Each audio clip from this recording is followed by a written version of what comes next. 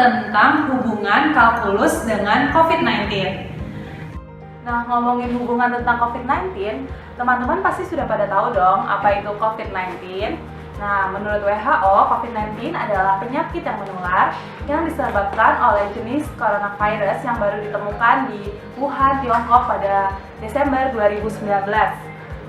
Sekarang COVID-19 ini sudah menjadi sebuah pandemi yang terjadi di banyak negara di seluruh dunia.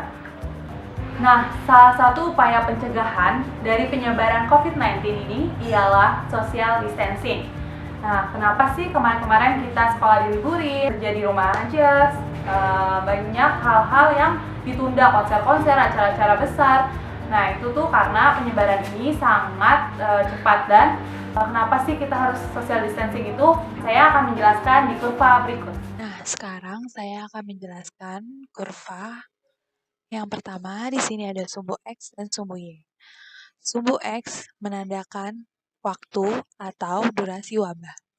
Sumbu Y menunjukkan jumlah kasus. Jadi, di sini ada dua kurva. Kurva yang pertama berwarna merah. Kurva yang kedua berwarna biru.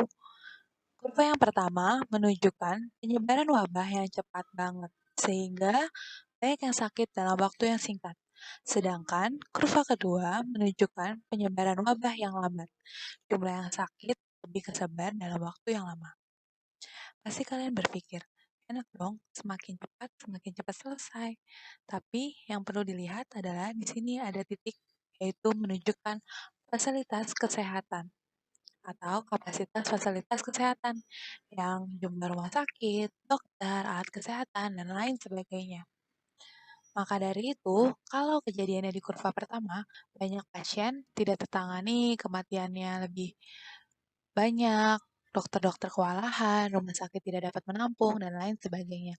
Sedangkan pada kurva kedua, walau lambat, tapi pasien lebih terurus dengan baik, sehingga kematiannya lebih sedikit.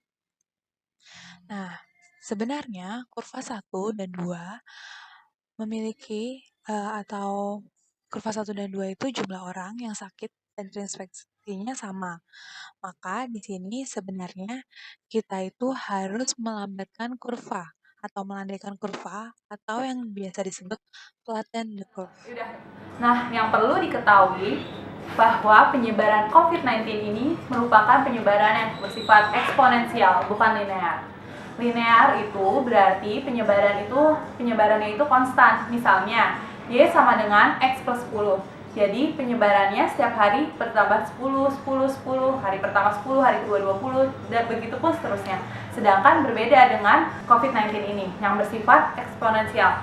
Maksudnya ialah di sini saya akan mencontohkan sebagai berikut. Nah, sekarang kita buat yuk contoh sederhana dari kasus COVID-19 yang bersifat eksponensial ini. Jadi kita pakai ibarat ya, di sini ada satu buah toples yang di dalamnya ada satu virus yang bisa berkembang biak menjadi 2 setiap harinya. Toples ini dapat menampung 1000 virus. Hari pertama terdapat 2 virus, hari kedua terdapat 4 virus, hari ketiga terdapat 8 virus, hari keempat terdapat 16 virus. Begitupun seterusnya dikali 2 setiap harinya. Lalu pada hari ke-10 maka menjadi 1024 virus. Nah, toples tersebut penuh pada hari 10, padahal di hari ke-9 dia masih setengahnya, dan bahkan di hari ke-11 2 toples. Nah, itulah definisi gambaran dari COVID-19 yang bersifat eksponensial. Dari penjelasan yang sudah saya sampaikan tadi, kebayangkan seberapa cepatnya penyebaran COVID-19 ini? Nah, itulah definisi dari perkembangan eksponensial, di mana jumlah bakteri atau virus sama dengan 2 pangkat X. Nah, sekarang kita coba yuk merumuskan perkembangan COVID-19 ini dengan rumus. Jadi, kita buat 3 variabel. Variabel yang pertama ialah NH. NH merupakan jumlah kasus per hari. Variabel yang kedua ialah P. P ialah peluang tertularnya orang yang bertemu dengan pasien COVID-19. Variabel yang ketiga ialah R. R ialah jumlah rata-rata orang yang bertemu dengan pasien COVID-19. Dari 3 variabel tadi, kita dapat merumuskan dengan delta NH. Delta NH artinya perubahan atau pertambahan jumlah kasus per hari. sama dengan NH dikali P dikali R. Nah, maka dari itu kita dapat menghitung hari berikutnya. Berarti hari pertama sama dengan NH plus 1 atau jumlah total orang positif di hari berikutnya sama dengan NH orang positif di hari sebelumnya ditambah NH dikali R dikali P, pertambahan kasus per hari atau delta NH. Nah, dari NH plus 1 sama dengan NH ditambah NH dikali R dikali P, kita di sini bisa mengeluarkan variabel NH menjadi NH plus 1 sama dengan NH dikali dalam kurung 1 ditambah R dikali P. Nah, bagaimana untuk menghitung hari kedua? Maka NH plus 2 sama dengan NH dalam kurung 1 dikali 1 ditambah R dikali P pangkat 2. Lalu bagaimana untuk menghitung hari berikutnya? Maka di sini kita mencoba dengan variabel X. Berarti NH plus X atau NH hari ke X sama dengan NH dalam kurung 1 ditambah R dikali P pangkat X. Nah, bila kita lihat rumus ini, lalu pertanyaannya, bagaimana sih kita bisa mengurangi nilai NX, yaitu total kasus di hari ke X, yaitu dengan mengurangi nilai R dan P.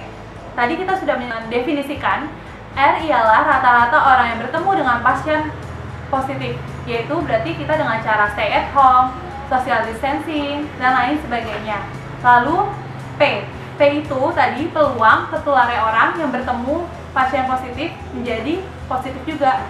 Berarti dengan mengurangi peluang ini kita dapat memakai cara yaitu memakai masker, rajin cuci tangan, disinfektan, dan menerapkan PHBS, pola hidup bersih dan sehat, serta mengikuti protokol kesehatan yang sudah ada. Dengan cara itu kita dapat mengurangi nilai R dan P. Setelah sekian lama kita di rumah saja dan pemerintah melakukan PSBB, akhir-akhir ini pemerintah menerapkan new normal. Lalu apa itu new normal? New normal ialah fase di mana PSBB atau pembatasan sosial berskala besar dilonggarkan dan publik diperbolehkan untuk kembali beraktivitas dengan jumlah protokol kesehatan yang ditentukan pemerintah sebelum ditemukannya vaksin. Namun, new normal juga memiliki syarat-syarat. Yang pertama ialah angka penularan infeksi reproduksi efektif atau yang disebut RT di bawah angka 1 selama minimal 2 pekan. Yang kedua ialah memiliki sistem kesehatan yang memadai, yakni dapat menangani kenaikan kembali jumlah kasus COVID-19 yang timbul selama PSBB. Yang ketiga, sistem pengawasan mampu mendeteksi dan melakukan tata laksana pada kasus dan kontaknya, serta mengidentifikasi kenaikan kembali jumlah kasus. Lalu, apa sih itu RT atau Effective Reproduction Number? Adalah jumlah rata-rata yang terinfeksi dari satu orang yang sakit.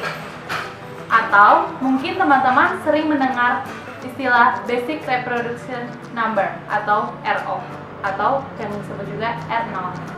Nah, pada dasarnya RT dan juga RO itu memiliki pengertian yang sama. Namun, untuk menghitung nilai RO dan RT dilakukan dengan cara yang berbeda. Pada pencarian nilai RT, ilmuwan juga memperhitungkan tentang jumlah orang yang imun atau yang memiliki imunitas baik karena sembuh atau intervensi yang telah berlangsung seperti PSBB dan meningkatnya kesadaran masyarakat dalam menjalankan PHBS, pola hidup bersih dan sehat. Secara sederhana, dalam perhitungan nilai RT diasumsikan bahwa kasus sekunder berasal dari populasi di mana terdapat orang yang imun dan rentan, sedangkan pada perhitungan RO, kasus sekunder berasal dari populasi yang semuanya rentan. Sehingga dari pernyataan tersebut, nilai RT lebih kecil daripada nilai RO. Nah, jumlah orang yang rentan bertemu dengan yang sakit disebut kontak rate atau K. Kemudian, kemungkinan X, orang yang sakit berhasil menularkan ke Y, orang yang rentan disebut transmission probability atau P. Selanjutnya, rata-rata periode infeksi si X diberi simbol dengan D, infectious duration. Nah, dalam kasus ini, COVID-19 biasanya 5-6 hari kerja. Maka, dari hal tersebut dapat dirumuskan RO sama dengan K dikali P dikali D. di mana K dikali P merupakan transmission rate yang disebut dengan beta atau laju penyebaran penyakit. Nah, maka RO sama dengan beta dikali D. Lalu, sebagai masyarakat yang dapat kita lakukan ialah dengan menurunkan nilai beta dengan cara seperti yang sudah kita lakukan, PSBB, dan himbauan cuci tangan, pakai masker. Semua itu dapat menurunkan nilai beta. Sekarang, mari kita lihat contoh dari perhitungan RO. Contoh dari perhitungan RO ialah RO sama dengan beta dikali D. Pertama, jika beta sama dengan 0,5 dan D sama dengan 5 hari, maka didapatkan RO sebesar 2,5. Artinya, satu orang terinfeksi menyebarkan ke 2,5 orang. Nah, kalau kita rajin mencuci tangan, PHBS, dan lain-lain, maka beta dapat turun. Misalnya, jika beta sama dengan 0,1 dan D sama dengan 5 hari, maka RO sama dengan 0,5. Artinya, satu orang terinfeksi menyebarkan ke 0,5 orang lainnya. Dari ilustrasi tersebut, kita dapat lihat bahwa sangat penting sekali peran masyarakat dalam mengurangi COVID-19. Lalu bagaimana dengan effective reproduction number atau RT atau RE, yaitu RT sama dengan RO dikali S. S ialah proporsi populasi yang rentan. Karena dalam populasi RT, kita mempopulasikan bahwa ada populasi yang rentan dan ada yang imun. Dengan contoh perhitungan sebagai berikut. Jika RO sama dengan 2 dan S sama dengan 50%, setengah dari seluruh populasi, maka RT sama dengan 2 dikali 50%, sama dengan 1. Artinya, setiap satu orang menyebarkan ke satu orang lainnya. Nah, nilai RT ini adalah nilai yang paling menggambarkan situasi di kehidupan nyata. Nah, RT atau RO kurang dari 1, maka terjadi epidemi. Epidemi adalah lonjakan kasus. RT atau RO sama dengan 1, maka terjadi endemik atau kasus menetap. RT atau R0 lebih dari 1, maka days off atau hilang. Sekian video penjelasan yang dapat saya sampaikan. Kiranya teman-teman dapat mengerti. Jangan lupa, kita setiap masyarakat memiliki peran penting untuk menurunkan virus COVID-19 ini dengan cara menerapkan protokol kesehatan yang sudah ditetapkan, mencuci tangan, menggunakan desinfektan, menerapkan pola hidup bersih dan sehat, dan yang pastinya social distancing. Tetap jaga kesehatan. Bye-bye.